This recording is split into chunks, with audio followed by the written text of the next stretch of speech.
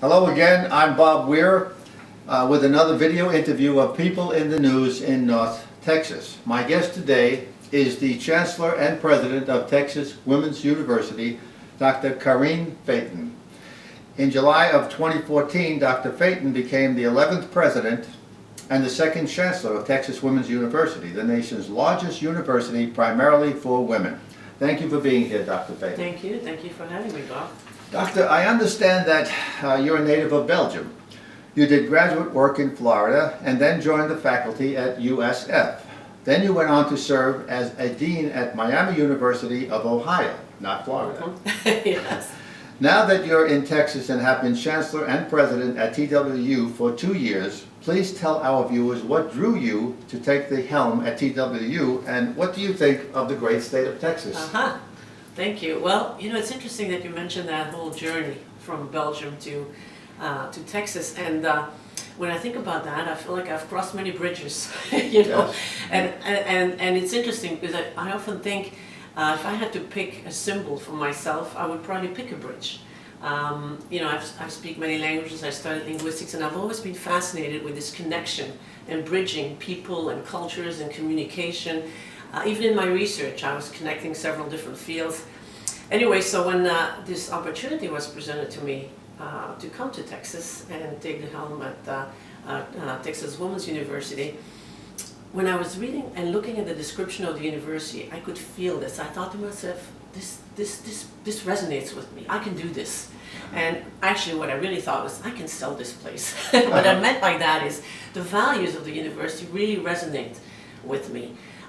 This commitment to bring education to people who don't usually have access to education, and this deep belief that education really can change people's lives individually, but also improve a community. And I want to tell you a really quick story about one of our nursing alumni that I met at a local hospital.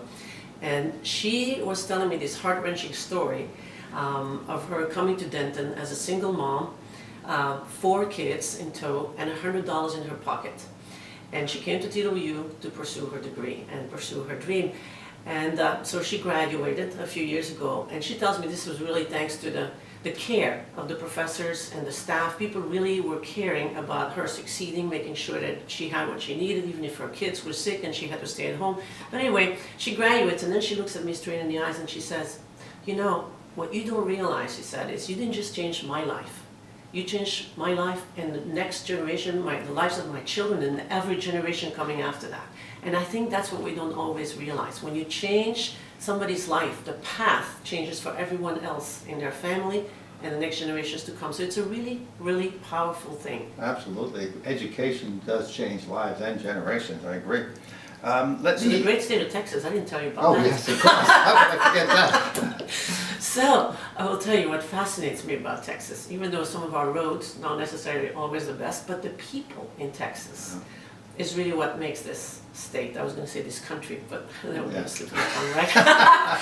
But it's really this positive, enthusiastic feeling that people are really proud of being Texans. They have a clear sense of identity, and it gives this overall sense of positive, optimistic view of the world, which I find really exciting and really friendly and warming and welcoming. So, well, it is a great state of Texas. Oh, I agree. Can you tell us how many students are served at TWU campuses and what's the size of the operating budget? So we have 15,200 students. It's a lot larger than what a lot of people think. And as you said earlier, it's the largest institution in the country, primarily for women. And we have 3 campuses. The main campus is in Denton. We have one in Dallas and one in Houston. The operating budget is around $210 million. We have an economic impact in the region right here of $720 million. So it's pretty significant. Absolutely, yeah.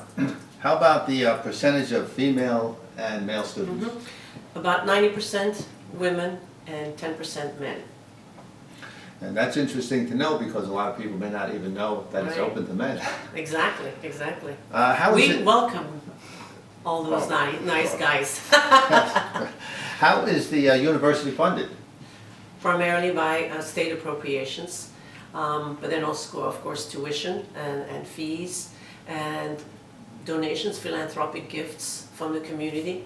So those are the main ways that the university, it's a public institution, by the way. A lot of people don't realize, but Texas Women's University is a public institution, which is, oftentimes they think it's private, but, which actually, I will tell you, one of the things that I do on campus sometimes, I have these rolling meetings on my bicycle with students, and during one of those meetings, the student said, you know, this university has the feel of a private school at the cost of a public school. I thought this is a great line. That's great.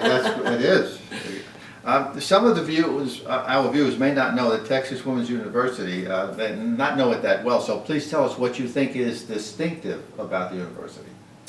Well, since our founding in 1901, we are still undefeated in football. Ah, wow. Of course, that's because we don't have a football team, right? No, but seriously, we have amazing student athletes. This year alone, I will tell you, our gymnastics team won across all divisions in the whole country for the team GPA. So in other words, in terms of academics performance for our gymnastics team across all NCAA divisions. That means Division 1, 2, and 3. We are #1 in the country in terms of academic performance. So it's a significant achievement, and we have also really good athletic teams. As I mentioned earlier, it's a public institution, which often people don't realize.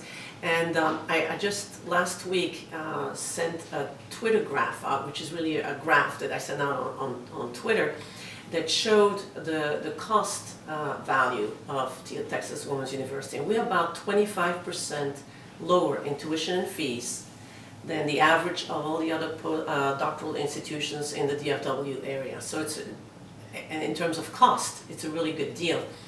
But what's really interesting then is also the value that's offered. The Economist, the magazine The Economist, did the rankings of all the institutions in the country, about 1,278 institutions. You saw that? Okay. Yes, I did. And so what they really looked at is the value that an institution adds to a particular individual, and they focus on their earning income after they graduate. And so Texas Women's University was adding, on average, compared to all the other institutions in the country, $7,000 more on the earning income. If we compare to the other institutions in the DFW, Texas Women's University adds $10,000 a year in additional income, which is pretty significant.